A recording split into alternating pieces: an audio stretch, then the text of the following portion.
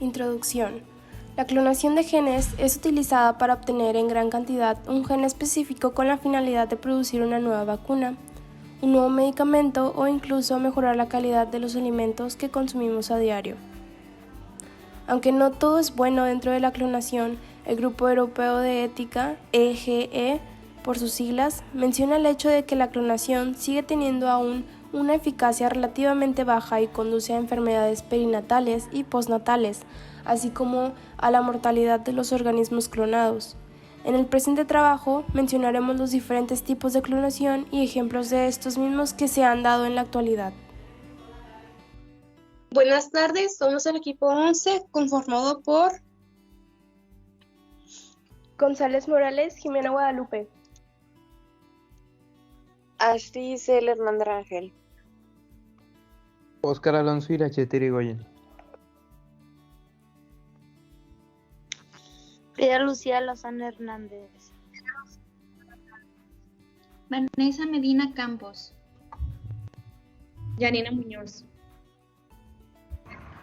Olvera Barrios Adriana Nicole, Ortiz González Ingrid Lisset, Pérez Magallán Elsa Dalis,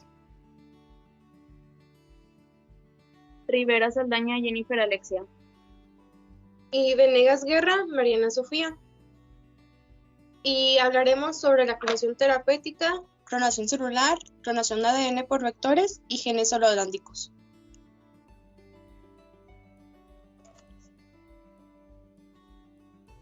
Para comenzar a hablar sobre este tema, hablaremos sobre qué es la clonación.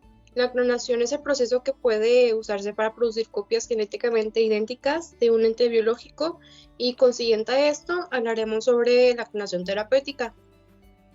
Siguiente, por favor. En el avance de las biotecnologías y la investigación con células madres, aunque en estas se encuentren muchas limitaciones científicas, se encuentran limitaciones legales, incluso obstáculos éticos, ofrece un enorme potencial en la medicina regenerativa y en el tratamiento de defectos genéticos.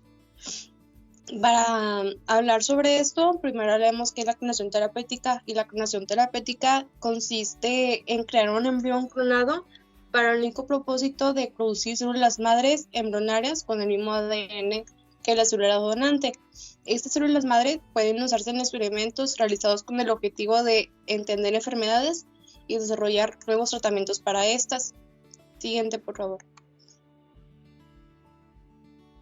La fuente más rica de células madre embrionarias es el tejido blastocisto, que está formado durante los primeros 5 días después de la división del óvulo. En esta etapa del desarrollo, el embrión consiste en un grupo de aproximadamente 100 células que pueden convertirse en cualquier tipo de célula. Las células madres son extraídas de los embriones clonados, consiguiendo así la destrucción del embrión. Siguiente, por favor. Bueno, los investigadores tienen la esperanza de utilizar células madre embrionarias, que como mencionó mi compañera, estas tienen la capacidad única de generar prácticamente todos los tejidos, todo tipo de células en un organismo. Se usarán estas células para desarrollar tejidos sanos en el laboratorio que puedan usarse para reemplazar tejidos lesionados o afectados, como una de sus posibles aplicaciones. Además, podría ser posible aprender más acerca de las causas moleculares de las enfermedades, al estudiar las estirpes de células madre embrionarias de los embriones donados derivados de las células de animales o seres humanos con distintas enfermedades. Por último, los tejidos diferenciados derivados de las células madre embrionarias son excelente herramienta para evaluar nuevos medicamentos terapéuticos. Sobre el proceso de clonación terapéutica, este consta de 3 etapas. La primera de ellas consiste en la enucleación o extracción del núcleo de la célula, en este caso será el ovocito, que va a ser empleada como una célula receptora. Una vez que se ha el ovocito enucleado se procede a la transferencia del núcleo de interés desde la célula donante y posteriormente se produce la activación del ovocito y la reprogramación de la expresión génica celular. El resultado final es la obtención de células pluripotentes con la capacidad de generar cualquier tipo celular, lo que entre otras cosas permite generar células con el objetivo de reemplazar o regenerar tejidos dañados. Siguiente. Problemas de la clonación terapéutica. Puede haber problemas legales y de financiación. Las limitaciones legislativas y la consiguiente falta de financiación constituyen un impedimento importante para el avance de la clonación terapéutica. Por ejemplo, aunque la clonación terapéutica no está completamente prohibida en los Estados Unidos, no se permite el uso de fondos federales y en experimentos que involucren las 20 líneas celulares en el registro del Instituto Nacional de Salud. De estas líneas celulares aprobadas por Bosch, 12 murieron y el resto no es útil para fines de investigación. Los investigadores deben depender de la escasez de fondos privados. Clinton expresó su preocupación por la producción de quimeras a través de experimentos que involucran la mezcla de especies humanas y no humanas, pero paradójicamente todas las líneas celulares en el registro del NIH que obtuvieron aprobación de Bosch se cultivaron en capas de células alimentadoras de animales y por lo tanto contienen trazas de contaminantes animales. La disponibilidad de ovocitos y regulaciones y preocupaciones éticas. Un obstáculo importante en la viabilidad de la clonación terapéutica humana es la baja disponibilidad de ovocitos para fines de investigación. Actualmente, debido a la baja eficiencia de los productos de transferencia nuclear de células somáticas, se estima que se necesitarán 280 ovocitos humanos para derivar una línea observada de células madres embrionarias autólogas de transferencia nuclear específica del paciente, y las donaciones de ovocitos están prohibidas por ley para ser renumeradas, salvo para reembolsar el costo del procedimiento, de $1,000 a $2,000 por razones éticas. Una ganancia financiera sustancial incitaría a las mujeres más pobres a entregar parte de un suministro finito de gametos, además de los riesgos incurridos por la extirpación quirúrgica de los ovocitos y los tratamientos hormonales. Por último, la transferencia de contaminantes animales. La transmisión entre especies de patógenos es un tema nada despreciable cuando se inyecta un núcleo humano en el ovocito de otra especie como bovina o porcina. Por ejemplo, el retrovirus endógeno porcino o PERV, aunque inofensivo en los cerdos, irrumpe el inicio de la transcripción de genes en humanos, como lo demostraron in vitro al integrarse dentro de las islas CpG de promotores.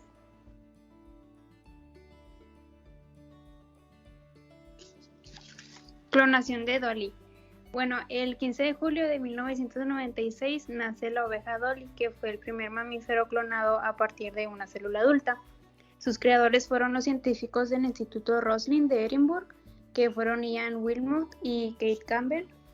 Y pues en esta imagen se explica que la oveja Dolly nació como resultado de un experimento realizado de la urea de la madre de Dolly, y los científicos sacaron una célula que contenía todo el ADN de la oveja adulta, y después a la otra oveja le extrajeron un óvulo que serviría de célula receptora. Al óvulo se le extrajo el núcleo y así eliminando el material genético de la oveja donante. Posteriormente se extrajo el núcleo de la célula mamaria y mediante impulsos eléctricos se fusionó al óvulo sin núcleo de la oveja donante. La clonación celular es un mecanismo que utiliza a las células para clonar fragmentos de ADN. No es una clonación de células porque clonación celular y clonación de células es diferente. Entonces, para esto, primero se debe obtener las copias del ADN que se va a clonar y después el ADN se inserta en vectores, los cuales lo transportan y lo introducen en las células que vienen siendo las células anfitriones. En las células anfitriones encontramos las bacterianas y las tumorales. Las células bacterianas son las más utilizadas porque tienen una alta velocidad de replicación y son fácilmente de manipular. El objetivo de este tipo de clonación puede ser la amplificación del ADN clonado con el fin de estudiar su secuencia, su estructura, para estudios filogenéticos o para la identificación de mutaciones. También se utiliza este método para estudiar el mecanismo de regulación de los genes, su transcripción y su traducción. Otra aplicación está en la obtención de la proteína que codifica la secuencia de ADN clonado, ya sea para analizar la estructura de la proteína, para alterarla o comercializarla en función de sus propiedades. Esta es la técnica utilizada para la obtención de insulina. Siguiente. La técnica más común de la clonación celular es la del uso de aros de clonación. Esta técnica consiste en la agrupación de células que han sido expuestas a un agente mutagénico o expuesto a un medicamento que es utilizado para causar la selección, en donde se ponen en una alta ilusión para así crear colonias aisladas donde cada una proviene de una sola célula potencial y clónicamente diferenciada. Durante la primera etapa de crecimiento, cuando las colonias tienen pocas células, se sumergirán aros estériles de poliestireno en grasa. Luego se prosigue a poner sobre una colonia individual junto con una pequeña cantidad de tripsina. Siguiente a esta etapa, las células se clonan, se recolectan dentro del aro y se llevan a un nuevo contenedor para que continúe su crecimiento de forma natural. Como vemos en la primera foto, esto es un aro de clonación. Y un buen ejemplo, pueden pasar a la siguiente, y un buen ejemplo del uso de aros de clonación es la fertilización in vitro. En este caso voy a poner la fertilización in vitro en bovinos. La fertilización in vitro y la transferencia nuclear de células somáticas juegan un papel importante en la optimización de aprovechamiento de la capacidad reproductiva y productiva de los animales.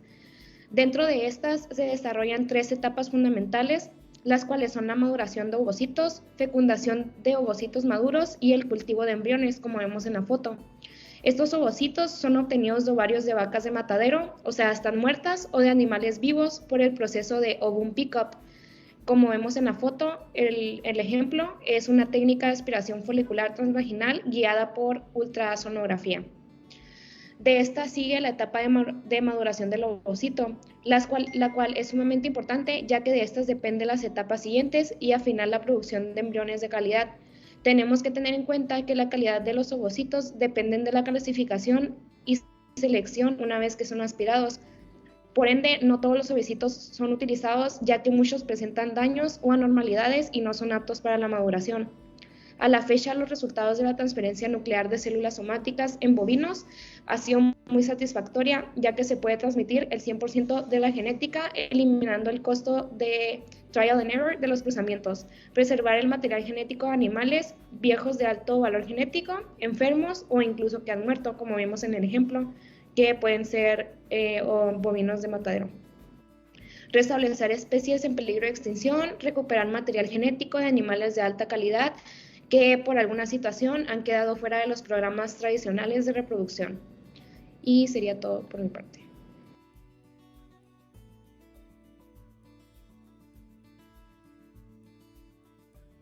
Clonación de ADN por vectores.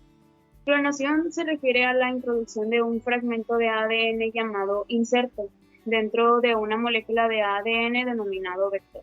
Un vector es una molécula de ADN usada como vehículo para llevar artificialmente material genético extraño en otra célula. Estos son creados de manera artificial y para su mejor funcionamiento se han creado lugares específicos dentro de los mismos para poder aumentar la factibilidad de la producción de la proteína deseada. Los vectores tienen 2 clasificaciones. Son los vectores de clonación y de expresión.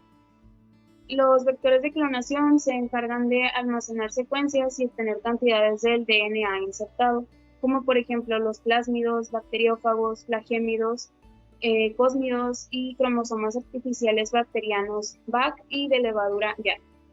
La otra clasificación es la de expresión. Aquí es donde se produce un tránsito de RNA o la proteína producto de ese tránsito, por ejemplo los plásmidos o bacteriófagos. Siguiente, por favor. Clonación del ADN por vectores. Los vectores son creados de manera artificial y por su mejor funcionamiento ha creado lugares específicos dentro de los mismos para poder aumentar la factibilidad de la producción de proteína. Componentes de los vectores de clonación. El origen de replicación. Aquí se provee un sitio único de reconocimiento a la proteína que identifica el sitio del inicio de la replicación. Tiene estos los plasmados, que son moléculas de ADN circular que se replican de manera autónoma dentro de una bacteria. No se podrían replicar, haciendo imposible la multiplicidad del transcrito. El marcador de selección es un gen que confiere resistencias a un antibiótico o genera un fenómeno para seleccionar la célula que incorporó el vector. La célula lo necesita para mantenerse con vida. Y el sitio de clonación múltiple es un sitio único de reconocimiento por enzimas de restricción con amplia gama de posibilidades de insertar cualquier fragmento. Genes holándricos. Los genes holándricos, o también conocidos como herencia ligada al cromosoma Y, es alguna mutación o trastorno producido al heredar el gen Y. El cromosoma Y es el más pequeño de todos y es el que contiene menos información genética, por lo que las enfermedades ligadas al cromosoma Y son raras y poco frecuentes. Siguiente, por favor. ¿Por qué sucede? Todas las personas contamos con 23 pares de cromosomas, de los cuales los primeros 22 son autosómicos y el último par, el par 23, es un cromosoma sexual. Este es el que define el sexo del embrión. Como sabemos, las mujeres, su par 23 está constituido por 2 cromosomas X, mientras que el par 23 del hombre está constituido por un cromosoma X y un cromosoma Y. Este tipo de trastorno, como su nombre lo indica, está ligado al cromosoma Y, lo cual indica que no afecta a mujeres, solo afecta a hombres, ya que, como ya mencioné, son los hombres los únicos que poseen un cromosoma Y, por lo que la probabilidad de que el hijo padezca este tipo de herencia, si el padre lo presenta, es de 100%, ya que es el padre el que le hereda a su hijo el cromosoma Y. Y como podemos ver en esta imagen, el padre tiene una enfermedad ligada al cromosoma Y, por lo que solo sus hijos van a presentar también esta enfermedad, ya que son ellos los que heredan el cromosoma Y del padre, mientras que las mujeres heredan un cromosoma X de la mamá y un cromosoma X del padre. Siguiente, por favor.